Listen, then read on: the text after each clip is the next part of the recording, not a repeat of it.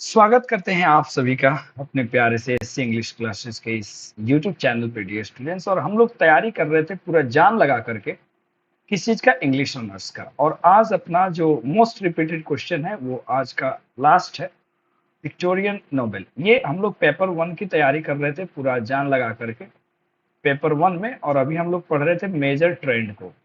किसको? बिल्कुल सही पूछ रहे हैं, मेजर ट्रेंड को।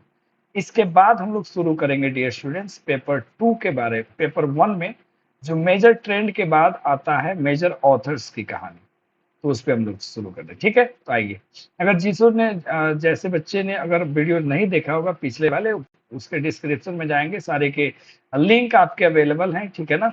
उसको जाकर के पूरा वीडियो देख लीजिए और उम्मीद है कि आपका एग्जाम बहुत बेस्ट जाएगा। तो चलिए देर ना करते हुए शुरू करते हैं। चलिए, English novel reached its highest peak in the Victorian age. यानी कि देखो, इंग्लैंड में ना जो विक्टोरियन एज था प्यारे बच्चों, जिस प्रकार एलिजाबेथ एज लिरिक के लिए बड़ा ही बेहतरीन एज था, उसी प्रकार इंग्लैंड के डेवलपमेंट के लिए, और साथ ही साथ आप कह सकते हो कि लिटरेचर के डेवलपमेंट के रेफरेंस अगर देखा जाए तो एलिजाबेथ पीरियड से बेहतरीन पीरियड था विक्टोरियन पीरियड। इसमें बहुत सारी चीजें हुए, इंडस्ट्रियलाइजेशन हुआ, लिटरेचर बिल्डअप हुआ, नोबेल बढ़े, ड्रामा बढ़े, मतलब बहुत ओवरऑल डेवलपमेंट हुआ आपके इंग्लैंड में, है ना। तो इसमें नोबेल रिच्ड हाईएस्ट पीक, अपने सर्वोच्च शिखर पर पहुंच गया विक्टोरियन एज में। Never before in England such a galaxy of great novelist was seen. पूरे इंग्लैंड में, ठीक है ना, इसको नहीं लिखना है, इससे पहले कभी भी एक तरीके से कह सकते हैं गैलेक्सी ऑफ ग्रेट नोबेलिस्ट, यानी कि महान उपन्यासकारों का एक जो बहुत बड़ा समूह था, ऐसा पहले कभी नहीं देखा गया था। With the growth of the middle class and democracy, जो मिडिल क्लास का ग्रोथ हुआ, मध्य वर्गीय फैमिली मतलब समाज का, डेमोक्रेसी का यानी कि लोकतंत्र का, the Nobel become immensely popular with the reading people, यानी कि जो पाठक गण थे उनके बीच में नोबेल जो है ना इमेंसली बड़े स्तर पे पॉपुलर हो गया, क्योंकि यहाँ मिडिल क्लास के अपलिफ्टमेंट हो रहा था, डेमोक्रेसी भी बेहतरीन तरीके से आ रहा था इंग्लैंड में। तो अपलिफ्टमेंट के कारण रीडिंग पीपल के बीच में नोबेल बड़ा पॉपुलर हुआ। ठीक है, the Victorian novel is a departure from the romantic novel of Scott. और जो सर स्कॉट थे, सॉरी, ये बहुत बड़े एक कह सकते हैं कि रोमांटिक नोबेल थे, ठीक है ना। तो इस तरीके से डिपार्चर था, कहना था कि अब स्कॉट का समय गुजर गया, डिपार्ट हो गया, अब विक्टोरियन नोबेल का जमाना है। The nobles of Dickens, Charles Dickens आपने नाम सुना होगा, ठीक है। उसके अलावे आप कह सकते हैं कि जॉर्ज इलियट, ठीक है ना। इसके चार्ल्स डिकेंस के अलावे जो थे वो आप कह सकते हैं कि जॉर्ज इलियट थे, ठीक है। और ठाकरे, ये तो बड़ा फेमस नाम है, are primarily study in social realism. इन्होंने बहुत ज्यादा अध्ययन करा सोशल रियलिज्म का, सामाजिक वास्तविकरण का, जो वास्तविकता थी समाज का। इलियट्स की जितने भी नोबेल थी बिकेम अ व्हीकल, एक तरीके से ये व्हीकल बन चुका किसके लिए? ह्यूमन मोटिव्स का, ह्यूमन के उद्देश्यों का और ह्यूमन के भावनाओं का।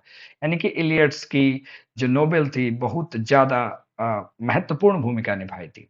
The greatest novelist of this age is undoubtedly कौन थे? चार्ल्स डिकेंस थे। यानी कि इस एज के बिना किसी संदेह के हम कह सकते हैं कि सबसे बेहतरीन जो नोबेलिस्ट थे वो थे Charles Dickens. He is the only novelist of England with the exception of Fielding, यानी कि अगर इनको देखा जाए, इकलौते ये नोबेलिस्ट थे, अपवाद के रूप में फील्डिंग को अगर छोड़ दिया जाए, ठीक है। Who can rank with the best novelist of the world, जिसको दुनिया के बेहतरीन नोबेलिस्ट के नाम में शुमार किया जा सकता है। An interesting suggestions come to us from a study of condition which leads Dickens first three novels, यानी कि ठीक है, इसको नहीं करेंगे। स्टडी अगर देखा जाए, अगर जैसे कि आप जब बुक्स पढ़ेंगे, ठीक है, बहुत सारी जो भी बुक्स लिखी गई लिटरेचर के लिए, मैं तो विलियम जेलोंग को फॉलो करता हूँ, उसमें तमाम बातें आपको मिलेंगी। तो एक बड़ी ही इंटरेस्टिंग चीजें आती हैं, ठीक है, उनके अगर कंडीशन को पढ़ा जाए, किसके? चार्ल्स डिकेंस का।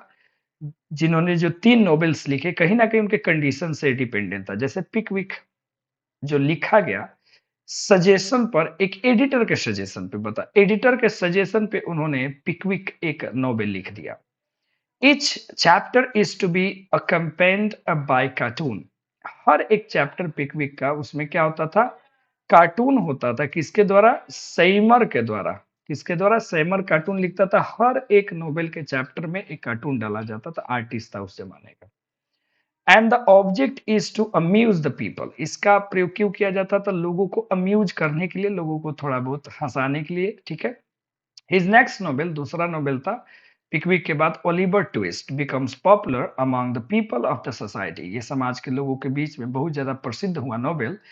This novel Dickens has painted the, यहां से देख सकते हैं ये जो शब्द लिखा है, आपको हो सकता है यहाँ पे थोड़ा दिक्कत हो, तो इसको आप देख लेंगे, ठीक है। क्या लिखा हुआ है? Popular the people society through this novel Dickens has painted the awful. Awful लिखा हुआ है, डब्ल्यू मैं यहाँ पे करेक्ट कर देता हूँ।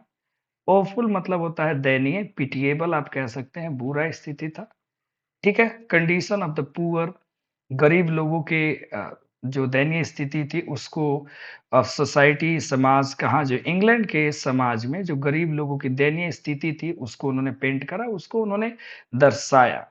थर्ड नोवेल जिसका नाम था निकोलस निकबे, ठीक है, got success of popularity among the readers. जो ये था निकोलस निकबे, यानी कि पिकविक के बाद उन्होंने जो लिखा, उसके बाद लास्ट निकोलस निकबे था जो सक्सेस हुआ लोगों के बीच में, ठीक है ना। आगे की बात करते हैं कि इस नोवेल में अगर बात करें तो इन्होंने क्या एक्सपोज करा है, क्या बताया है। तो यहाँ पे हमने लिखा है कि in this novel he exposes, उन्होंने एक्सपोज करा है, दिखाया है किस चीज को? The sufferings of a child at A school. एक स्कूल में एक बच्चे की क्या पीड़ा होती है, सफरिंग्स मतलब पीड़ा होती है, उसको उन्होंने दिखाया है। डिकेंस नोवेल कंटेंट ह्यूमर, इसमें थोड़ा हंसी मजाक होता था। पैथोस होता था, पैथोस मतलब थोड़ा सा, वही ओफुल कंडीशन होता था, ठीक है। टीयर्स होते थे और लाफ्टर भी होता था, सब कुछ मतलब ओवरऑल जो एक नोबेल को चाहिए, अ, हंसी भी, थोड़ा गम भी, सब चीजें इनके नोबेल में होती थी। His memorable Nobel is David Copperfield. ये पहले 50 मार्क्स की इंग्लिश होती थी बिहार बोर्ड में, इसमें पढ़ा जाता था डेविड कॉपरफील्ड कि इन्होंने सीबीएसई से अगर आप पास किए होंगे 10 तो आपको मिला होगा। Which is best on his biography, जो उनके आत्मकथा जीवनी पे आधारित है। हिज इंटायर जर्नीज, उनके पूरे जीवन की जर्नी के ऊपर आधारित है। This novel has been accepted by all as the greatest creation of Dickens. यानी कि जितने भी लोग थे, नोबेलिस्ट थे, उन्होंने इसको एक्सेप्ट करा एक महान रचना के रूप में डिकेंस का। Never before a writer was so much interested in the common man and women. इससे पहले शायद ही कोई एक राइटर होगा, नोवेलिस्ट होगा, जो आम आदमी हो या आम महिला हो, उसमें इतना ज्यादा इंटरेस्ट दिखाया होगा। वो यूज करते हैं his novels to expose the social vanities, जो समाज में अ, मतलब क्या कर सकते हैं, कष्ट था उसको, करप्शंस को, और रेचेडनेस, दुर्दशा को उस समय का, ठीक है। He has a moral purpose in his novel. उनके हर एक नोवेल में एक नैतिकता दिखता था। थोड़ी सी बात करें ठाकरे की, was the another eminent Victorian novelist. ये अन्य सबसे प्रसिद्ध नोवेलिस्ट थे विक्टोरियन नोबेल के। His work does not have similarity like Dickens, मतलब इनकी जो भी रचनाएं थी उसमें डिकेंस की जैसी सिमिलैरिटी तो बिल्कुल भी नहीं थी।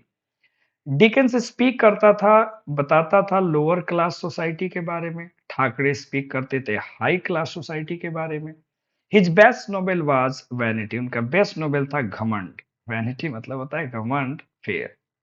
इनका बेस्ट नोबेल ठाकरे का था vanity fair, which brought success to him, जो उनको सफलता प्रदान किया, and began to be regarded as the novelist comparable to Dickens, और इसके कारण उनको डिकेंस के कंपैरिजन में रिगार्ड किया जाने लगा, माने जाने। In his next novel Henry Esmond, इनका जो नेक्स्ट नोवेल था जिसका नाम था हेनरी एसमंड, इसमें किस चीज को पोर्ट्रेट, पोर्ट्रेट मतलब होता है दर्शाना, किस चीज को दर्शाते हैं? द मास्टरली वे, अपने जो बेहतरीन तरीके से वो दर्शाते हैं, ठीक है ना? आगे लिखता है कि his novels are charged with a deep human sense. इनके नोवेल में एक बहुत ही गहरा विचार होता था मानव का। Always concern with the truth and virtue, हमेशा इसमें सच्चाई और ये वर्च्यू को रखा करते थे, गुण को रखते थे। His Nobel sage of hope and courage, इनका नोबेल जो है ना दो चीजों पे बड़ा ज्यादा फोकस करता था, आशा पे और हिम्मत पे सबसे ज्यादा फोकस करा करता था, ठीक है ना? आइए देखेंगे। The Victorian age produced many women novelist. Victorian age में बहुत सारी महिला उपन्यासकार भी हुई, जैसे कि जॉर्ज इलियट, ये टीएस इलियट की फैमिली की हैं। Is undoubtedly the greatest novelist, ये महान लेखिका रही, नोवेलिस्ट उपन्यासकार रही। She is concern with the moral basis of human life, ये भी उसी तरह ठाकरे की तरह इंसान का जो मॉरल होता है, ह्यूमन लाइफ का मोरालिटी, नैतिकता, उसको ज्यादा ताल्लुकात रखती थी। He tries to explore the moral फंडा में फाउंडेशंस ऑफ ह्यूमन एक्शंस, वो कोशिश किया उन्होंने किस चीज को एक्सप्लोर करने का, दिखाने का, जो ह्यूमन एक्शन, मानव जो भी क्रियाएं करता है उसका फाउंडेशन क्या है, मोरल फाउंडेशन क्या है, ठीक है ना? नैतिकता पे ज्यादा फोकस था। हर फर्स्ट नोबेल जिसका नाम था एडम बेट 1857 में आया, एंड 1880 में 60 में इसको पब्लिश किया गया, यानी कि इन्होंने लिखा 1857 में, 60 में पब्लिश हो गया। हिस्टोरिकल नोवेल जिसका नाम था रोमाला, पब्लिश किया गया 1863 में। And the most important novel जिसका नाम था मिडिल मार्च, जो 1872 में पब्लिश किया गया। In all her novels her chief attention is to focus on characters, सारे नोवेल में उनका जो मुख्य जो फोकस रहता था वो कैरेक्टर्स के ऊपर, मतलब जितने भी किरदार वो अपने नोवेल में रखती थी उस पे बहुत ज्यादा फोकस करती थी।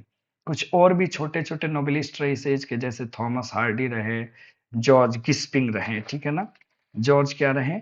गिस्पिंग, स्पेलिंग ना है तो लिख लेना, GISSING, George Gissing, George Moore, Henry James, Robert Stevenson, etcetera. ये सारे के सारे लोग बहुत ही उस समय के कह सकते हैं तो फेमस माइनर थे, ज्यादा फेमस नहीं, माइनर नोवेलिस्ट थे, ठीक है? और लास्ट में आपको यही जो हर बार मैं कहता हूँ, आराम से लिख लेना है, क्या लिखने ला है लास्ट में, ये लाइन आप सब में जोड़ना, जहां भी आप लिखना कि रियली विक्टोरियन, ठीक है, विक्टोरियन नोबेल, ठीक है, nobles have their own importance, ठीक है ना, देयर ओन इम्पोर्टेंस